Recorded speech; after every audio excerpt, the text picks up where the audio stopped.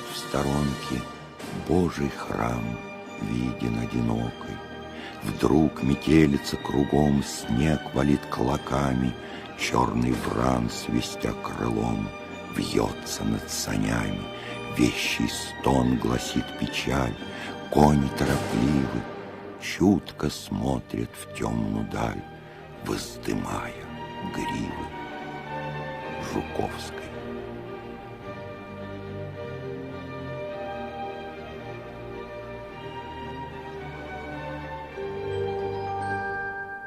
В конце 1811 года, в эпоху нам достопамятную, жил в своем поместье Ненарадове добрый Гаврила Гаврилович.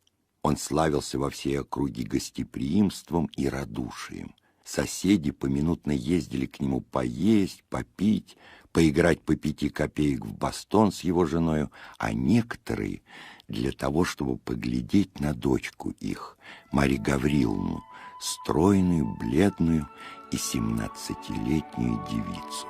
Она считалась богатой невестой, и многие прочили ее за себя или за сыновей.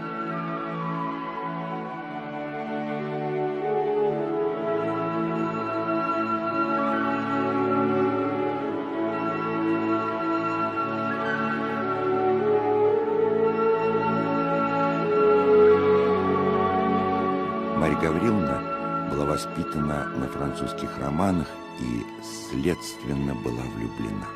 Предмет, избранный ею, был бедный армейский прапорщик, находившийся в отпуску в своей деревне.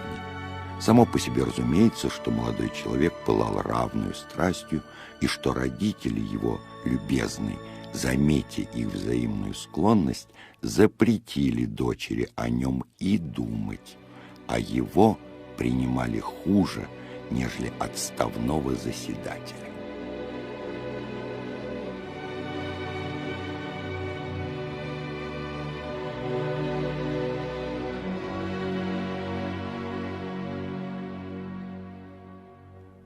Наши любовники были в переписке и всякий день видались наедине в сосновой роще или у старой часовни.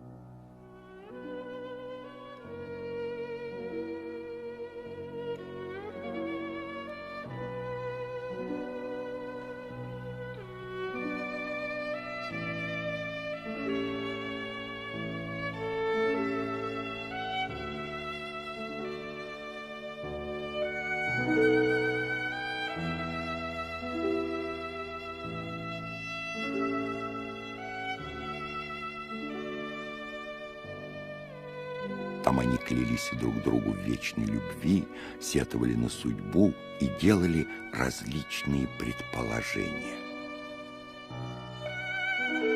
Переписываясь и разговаривая таким образом, они, что весьма естественно, дошли до следующего рассуждения. Если мы друг без друга дышать не можем, а воля жестоких родителей препятствует нашему благополучию, то нельзя ли нам будет обойтись без нее? Разумеется, что эта счастливая мысль пришла сперва в голову молодому человеку и что она весьма понравилась романическому воображению Марьи Гавриловны.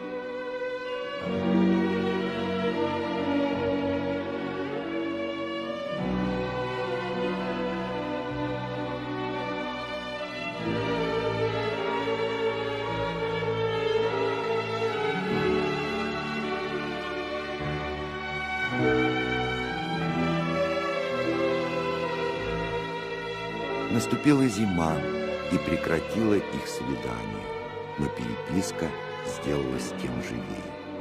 Владимир Николаевич в каждом письме умолял ее предаться ему, венчаться тайно, скрываться несколько времени, броситься потом к ногам родителей, которые, конечно, будут тронуты, наконец, героическим постоянством и несчастьем любовников, и скажут им непременно: «Дети, придите в наши объятия».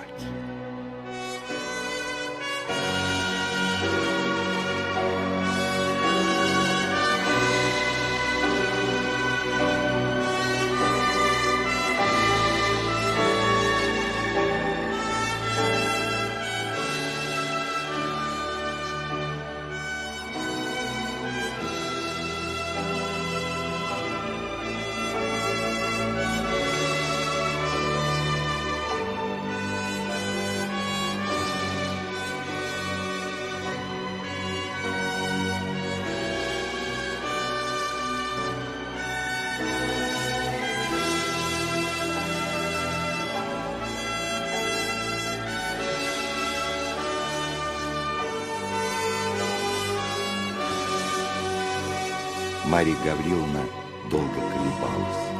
Множество планов побега было отвергнуто. Наконец, она согласилась. В назначенный день она должна была не ужинать и удалиться в свою комнату под предлогом головной боли. Девушка ее была в заговоре. Обе они должны были выйти в сад через заднее крыльцо, за садом найти готовые сани, садиться в них и ехать за 5 верст от Ненарадова в село Жадрино, прямо в церковь, где уж Владимир должен был их ожидать.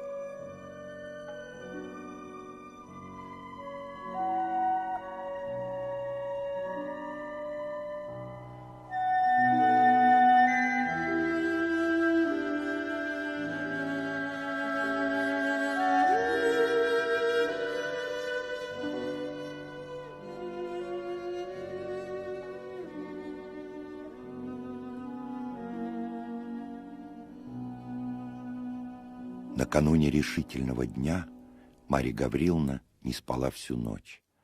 Она укладывалась, увязывала белье и платье, написала длинное письмо к одной чувствительной барышне, ее подруге, другое — к своим родителям.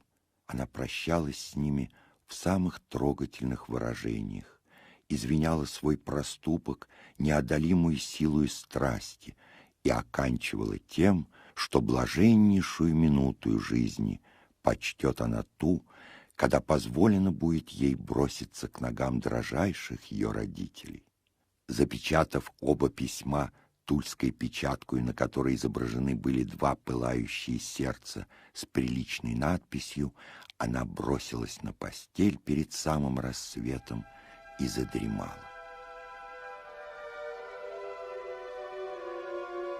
Но и тут ужасные мечтания поминутно ее пробуждали.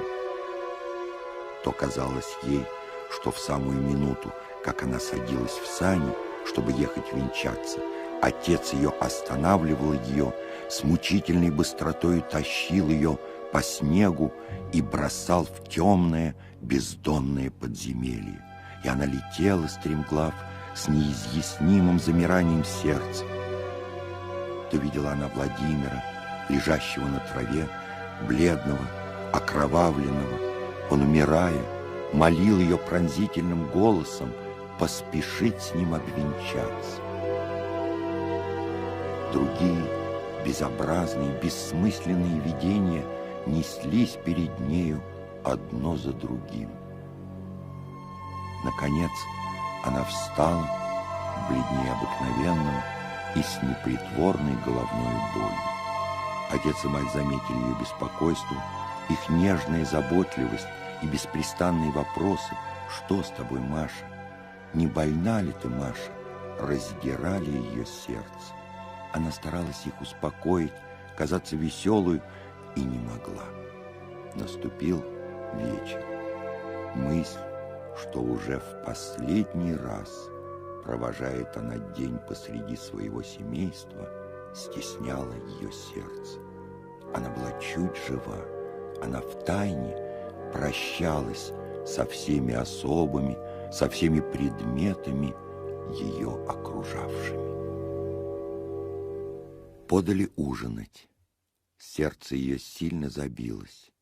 Дрожащим голосом объявила она, что ей ужинать не хочется, и стала прощаться с отцом и матерью.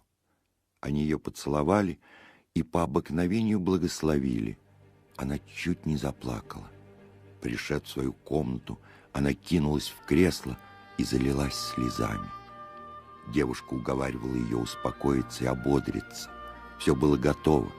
Через полчаса Маша должна была навсегда оставить родительский дом, свою комнату, тихую девическую жизнь. На дворе была метель. Ветер выл, ставни тряслись и стучали. Все казалось ей угрозой и печальным предзнаменованием.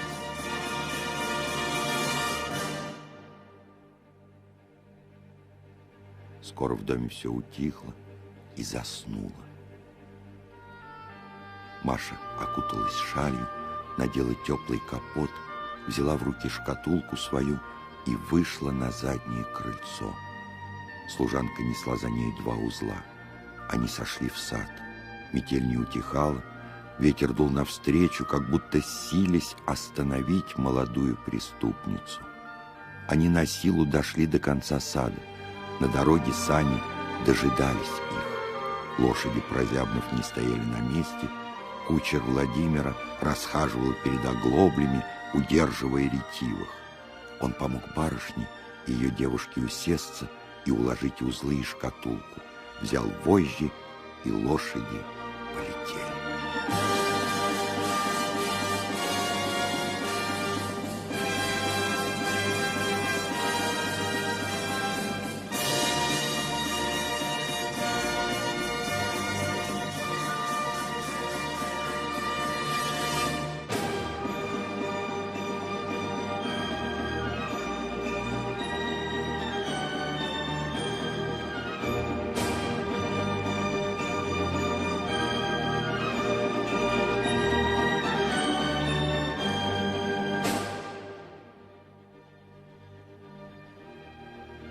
Поручив барышню попечению судьбы и искусству тережки кучера, обратимся к молодому нашему любовнику. Целый день Владимир был в разъезде. Утром был он у жадринского священника, на силу с ним уговорился. Потом поехал искать свидетелей между соседними помещиками. Первый, кому явился он, отставной 40-летний корнет Дравин, согласился с охотою. Это приключение, уверял он, напоминало ему прежнее время и гусарские проказы. Он уговорил Владимира остаться у него отобедать и уверил его, что за другими 2 свидетелями дело не станет. В самом деле, тотчас после обеда явились землемер Шмидт в усах и шпорах и сын капитана-исправника, мальчик лет 16, недавно поступивший в Уланы. Они не только приняли предложение Владимира, но даже клялись ему в готовности жертвовать для него жизнью. Владимир обнял их с восторгом и поехал домой приготовляться. Уже давно смеркалось. Он отправил своего надежного Терешку в Ненарадово с своею тройкою и с подробным обстоятельным наказом, а для себя велел заложить маленькие сани в 1 лошадь и один без кучера отправился в Жадрино, куда часа через 2 должна была приехать и Марья Гавриловна. Дорога была ему знакома, а езды всего 20 минут. Но едва Владимир выехал за околицу в поле, как поднялся ветер, и сделалась такая метель, что он ничего не взвидел.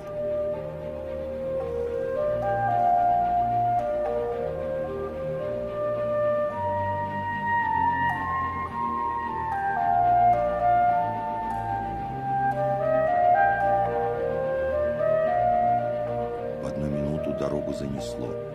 окрестность исчезла во мгле мутной и желтоватой, сквозь которую летели белые хлопья снегу. Небо слилось с землею, Владимир очутился в поле и напрасно хотел снова попасть на дорогу. Лошадь ступала на удачу и поминутно то взъезжала на сугроб, то проваливалась в яму. Сани поминутно опрокидывались. Владимир старался только не потерять настоящего направления. Но ему казалось, что уже прошло более получаса, а он не доезжал еще до Жадринской рощи. Прошло еще около 10 минут. Рощи все было не видать. Владимир ехал полем, пересеченным глубокими оврагами. Метель не утихала, небо не прояснялось. Лошадь начинала уставать, а с него пот катился градом, несмотря на то, что он поминутно был по пояс в снегу.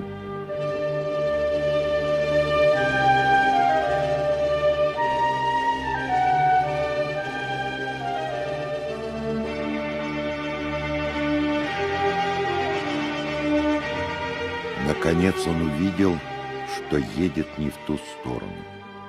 Владимир остановился, начал думать, припоминать, соображать и уверился, что должно было взять ему вправо.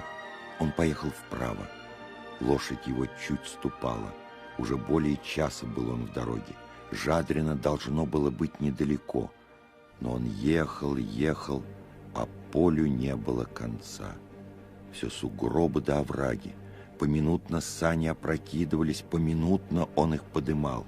Время шло, Владимир начинал сильно беспокоиться.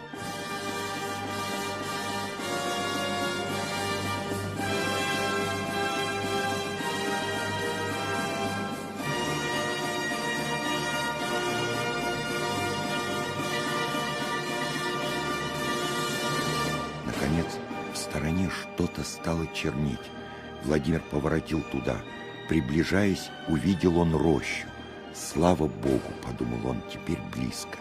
Он поехал около рощи, надеясь тотчас попасть на знакомую дорогу или объехать рощу кругом. Жадрино находилась тотчас за нею. Скоро нашел он дорогу и въехал во мрак дерев, обнаженных зимою. Ветер не мог тут свирепствовать, дорога была гладкая, лошадь ободрилась, и Владимир успокоился.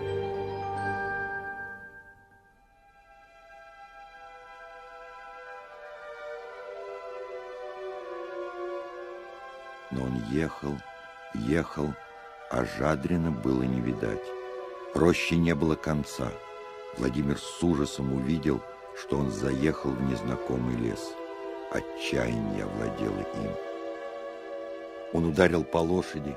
Бедное животное пошло было рысью, но скоро стало приставать, и через четверть часа пошло шагом, несмотря на все усилия несчастного Владимира. Мало-помалу деревья начали редеть, и Владимир выехал из лесу. Жадрина было не видать. Должно было быть около полуночи. Слезы брызнули из глаз его. Он поехал на удачу. Погода утихла, тучи расходились, перед ним лежала равнина, усланная белым волнистым ковром. Ночь была довольно ясна. Он увидел невдалеке деревушку, состоящую из 4 или 5 дворов. Владимир поехал к ней. У первой избушки он выпрыгнул из саней, подбежал к окну и стал стучаться. Через несколько минут деревянный ставень поднялся, и старик высунул свою седую бороду. «Чё тебе надо? Далеко ли Жадрино?» «Жадрино-то далеко ли?»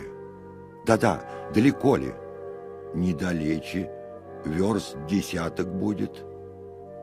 При всем ответе Владимир схватил себя за волосы и остался недвижим, как человек, приговоренный к смерти.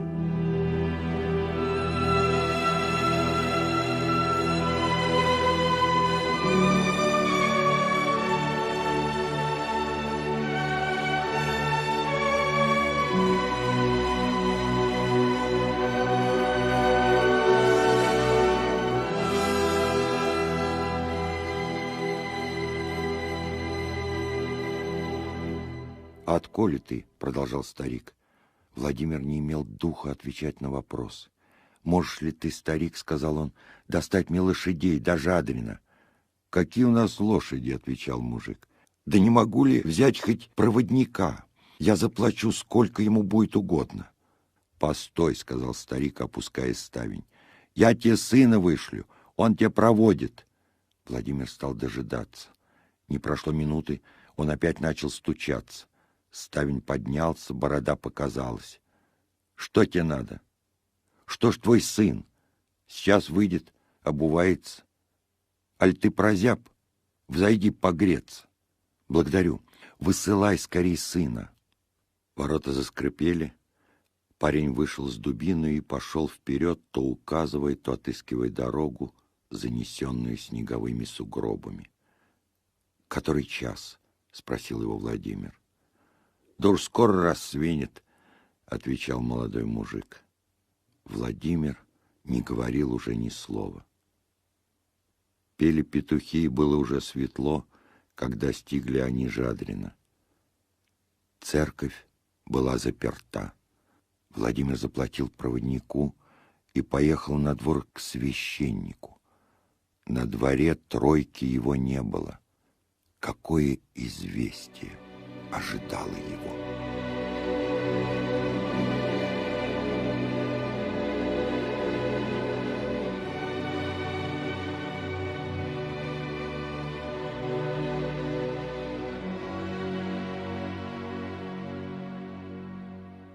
Но возвратимся к добрым ненарадовским помещикам и посмотрим, что-то у них делается. А ничего. Старики проснулись и вышли в гостиную. Гаврил Гаврилович в колпаке и байковой куртке, Прасковья Петровна в шлафорке на вате.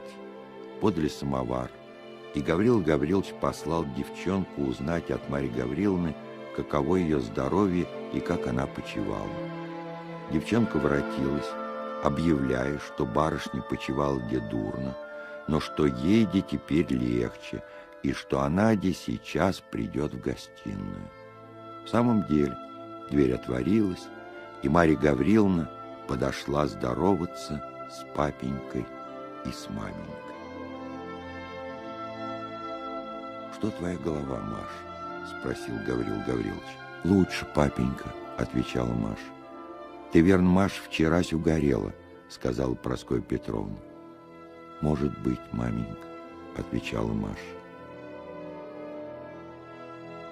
День прошел благополучно, но в ночь Маша занемогла.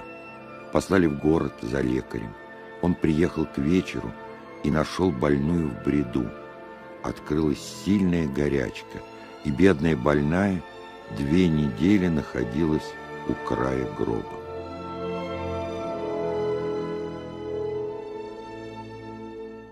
Никто в доме не знал о предположенном побеге. Письма накануне ею написанные были сожжены. Ее горничная никому ни о чем не говорила, опасаясь гнева господ. Священник, отставной корнет, усатый землемер и маленький улан были скромны и недаром. Терешка-кучер никогда ничего лишнего не высказывал, даже во хмелю. Таким образом, тайна была сохранена более чем 50 заговорщиков. Но Марья Гавриловна сама в беспрестанном бреду высказывала свою тайну.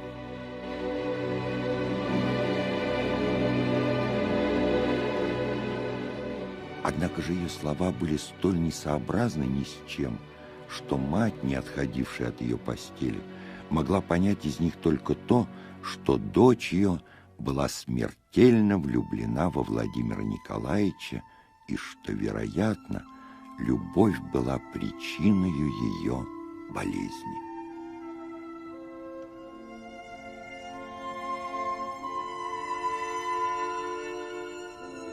Она советовалась со своим мужем, с некоторыми соседями, и, наконец, единогласно все решили, что, видно, такова была судьба Марьи Гавриловны, что суженого конем не объедешь, что бедность не порок, что жить не с богатством, а с человеком и тому подобное. Нравственные поговорки бывают удивительно полезны в тех случаях, когда мы от себя мало что можем выдумать себе в оправдание. Между тем барышня стала выздоравливать.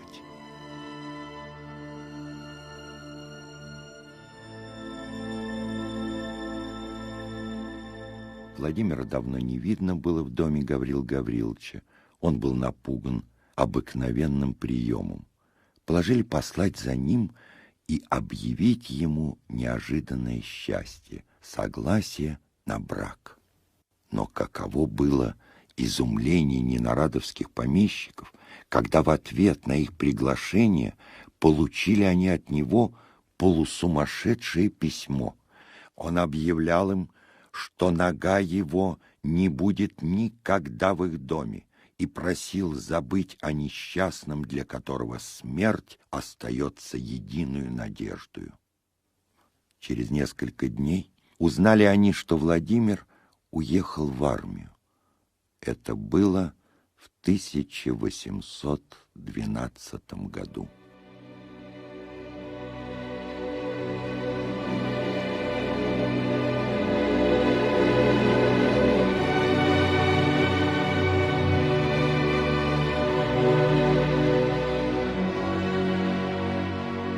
Долго не смели объявить об этом выздоравливающей Маше.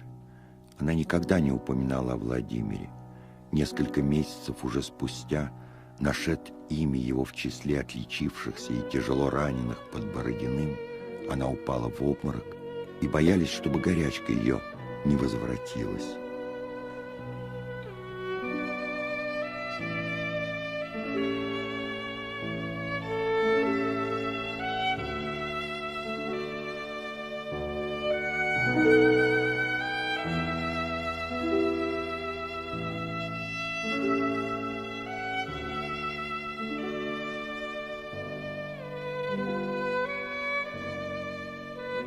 Однако, слава Богу, обморок не имел последствия. Другая печаль ее посетила. Гаврила Гаврилович скончался, оставив ее наследницей всего имения. Но наследство не утешало ее. Она разделяла искренно горесть бедной Прасковьи Петровны, клялась никогда с ней не расставаться. Обе они оставили Ненарадово, место печальных воспоминаний, и поехали жить в поместье.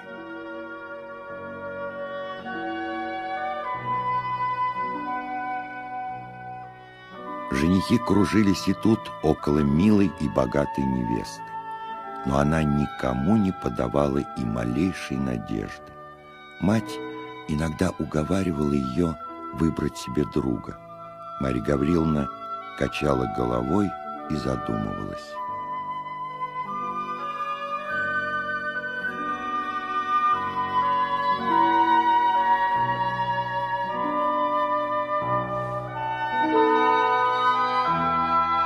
Владимир уже не существовал. Он умер в Москве накануне вступления французов. Память его казалась священной для Маши. По крайней мере, она берегла все, что могло его напомнить. Книги, им некогда прочитанные, его рисунки, ноты и стихи, им переписанные для нее.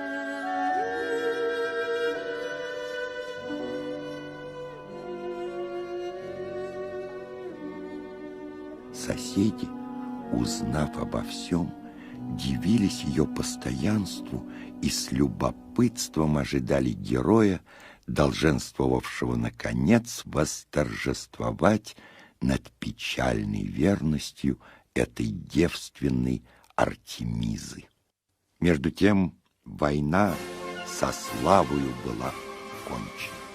Полки наши возвращались из-за границы, народ бежал им навстречу. Музыка играла завоеванные песни. Да здравствует Генрих IV, тирольские вальсы и арии из Жаконда. Офицеры, ушедшие в поход почти отроками, возвращались, возмужав на бранном воздухе, обвешанные крестами. Солдаты весело разговаривали между собою, вмешивая поминутно в речь немецкие и французские слова. Время незабвенное, время славы и восторга. Как сильно билось русское сердце при слове «Отечество», как сладки были слезы свиданий, с каким единодушием мы соединяли чувство народной гордости и любви к государю, а для него какая была минута.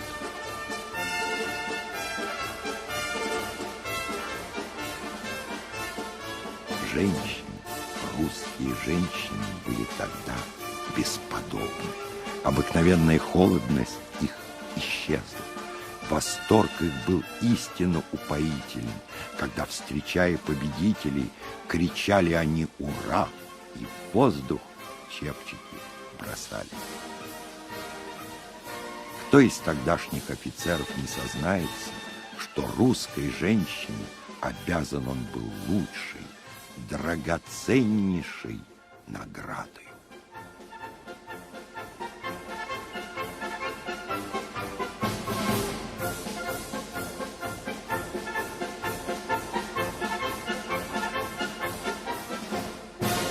В это блистательное время Марья Гавриловна жила с матерью в губернии и не видала, как обе столицы праздновали возвращение войск.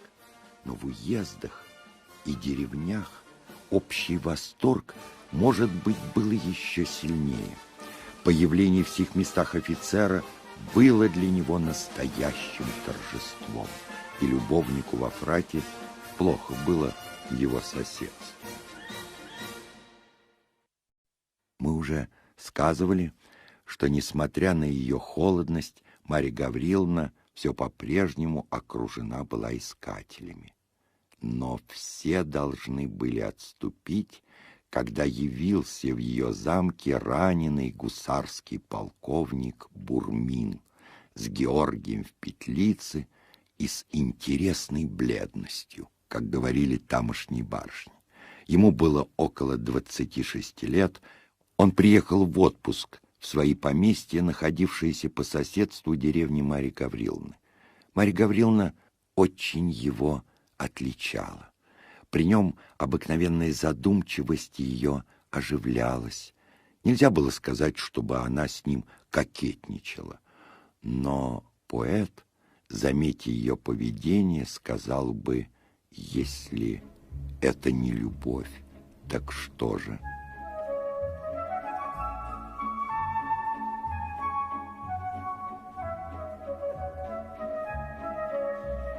Бурмин был в самом деле очень милый молодой человек. Он имел именно тот ум, который нравится женщинам. Ум приличия и наблюдения, безо всяких притязаний и беспечно насмешливый. Поведение его с Марьей Гавриловной было просто и свободно, но чтобы она не сказала или не сделала, душа и взоры его так за нею и следовали. Он казался нрава тихого и скромного, но молва уверяла, что некогда был он ужасным повесою, и это не вредило ему, во мнении Марьи Гавриловны, которая, как и все молодые дамы вообще, с удовольствием извиняла шалости, обнаруживающие смелость и пылкость характера.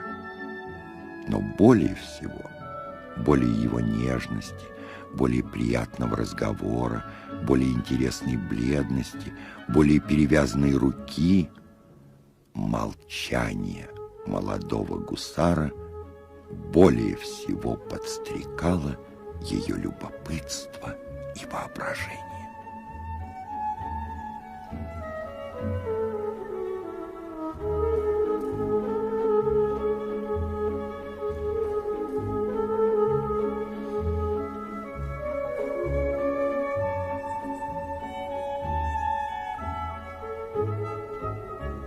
Она не могла не сознаваться в том, что она очень ему нравилась. Вероятно, и он со своим умом и опытностью мог уже заметить, что она отличала его. Каким же образом до сих пор не видала она его у своих ног и еще не слыхала его признания? Что удерживало его? Робость, неразлучная с истинной любовью? Гордость или кокетство хитрого волокиты? Это было для нее загадкою. Подумав хорошенько, она решила, что робость была единственной тому причиной и положила ободрить его большую внимательностью и, смотря по обстоятельствам, даже нежностью.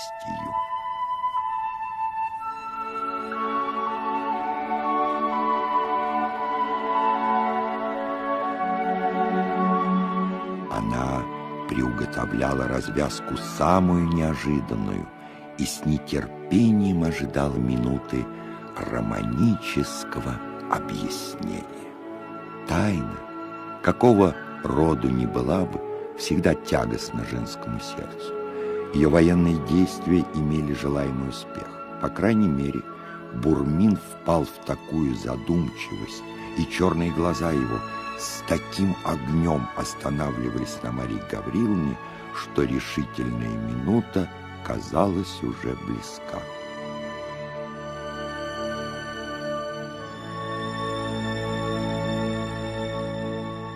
Соседи говорили о свадьбе, как о деле уже конченном, а добрая Прасковья Петровна радовалась, что дочь ее наконец нашла себе достойного жениха. Старушка сидела однажды одна в гостиной, раскладывая гран-пасьянс, как Бурмин вошел в комнату и тотчас осведомился о Марии Гавриловне. «Она в саду», — отвечала старушка. «Пойдите к ней, а я вас буду здесь ожидать». Бурмин пошел, а старушка перекрестилась и подумала: авось дело сегодня же кончится. Бурмин нашел Марью Гавриловну у пруда, подывую, с книгою в руках и в белом платье, настоящей героиней ее романа. После первых вопросов Марья Гавриловна нарочно перестала поддерживать разговор, усиливая таким образом взаимное замешательство, от которого можно было избавиться разве только внезапным и решительным объяснением. Так и случилось. Бурмин, чувствуя затруднительность своего положения, объявил, что искал давно случая открыть ей свое сердце и потребовал минуты внимания. Марья Гавриловна закрыла книгу и потупила глаза в знак согласия. «Я вас люблю», — сказал Бурмин. «Я вас люблю страстно». Марья Гавриловна покраснела и наклонила голову еще ниже. «Я поступил неосторожно, предаваясь милой привычке видеть и слышать вас ежедневно». Марья Гавриловна вспомнила первое письмо Сен-Прю. «Теперь уже поздно противиться судьбе моей, воспоминание об вас, ваш милый несравненный образ отныне будет мучением и отрадою жизни моей, но мне еще остается исполнить тяжелую обязанность открыть вам ужасную тайну и положить между нами непреодолимую преграду». «Она всегда существовала», — прервала с живостью Марья Гавриловна. «Я никогда не могла быть вашей женой».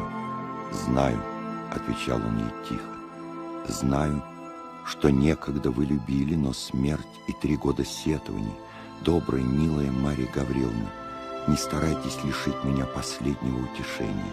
Мысль, что вы бы согласились сделать мое счастье, если бы... Молчите, ради Бога, молчите. Вы терзаете меня. Да, я знаю, я чувствую, что вы были бы моею, но я несчастнейшее создание. Я женат».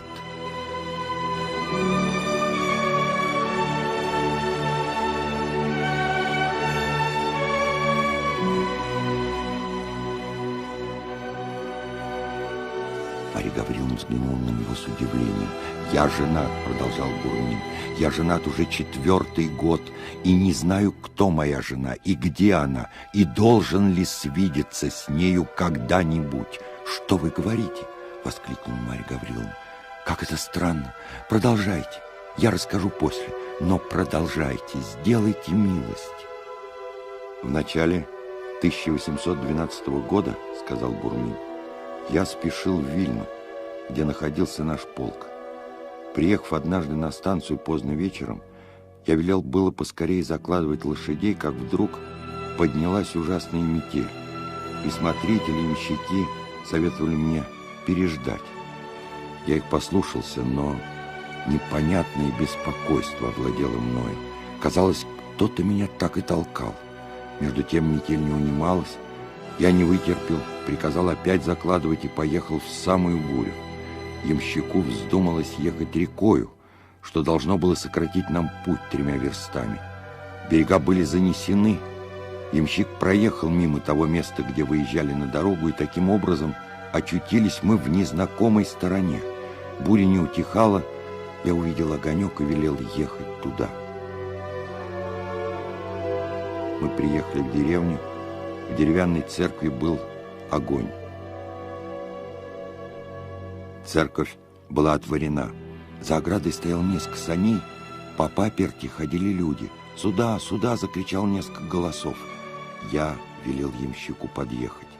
«Помилуй, где ты замешкался?» — сказал мне кто-то. «Невеста в обмороке, поп не знает, что делать. Мы готовы были ехать назад. Выходи же скорее!» Я молча выпрыгнул из саней и вошел в церковь, слабо освещенную 2 или 3 свечами. Девушка сидела на лавочке в темном углу церкви. Другая терла ей виски. «Слава Богу!» — сказала эта. «На силу вы приехали, чуть было вы барышню не уморили». Старый священник подошел ко мне с вопросом: «Прикажете начинать?» «Начинайте, начинайте, батюшка», — отвечал я рассеянно. Девушку подняли. Она показалась мне не дурна.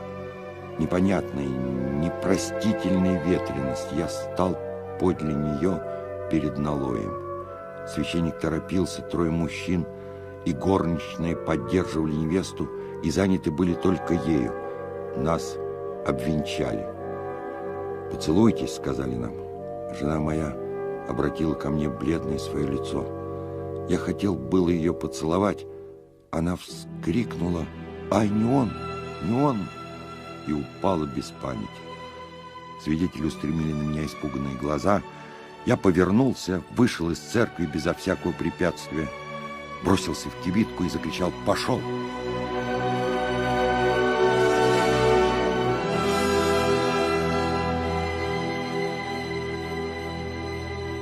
«Боже мой!» — закричала Марья Гавриловна. «И вы не знаете, что сделалось с бедной вашей женою?» «Не знаю», — отвечал Бурмин. «Не знаю, как зовут деревню, где я венчался. Не помню, с которой станции поехал.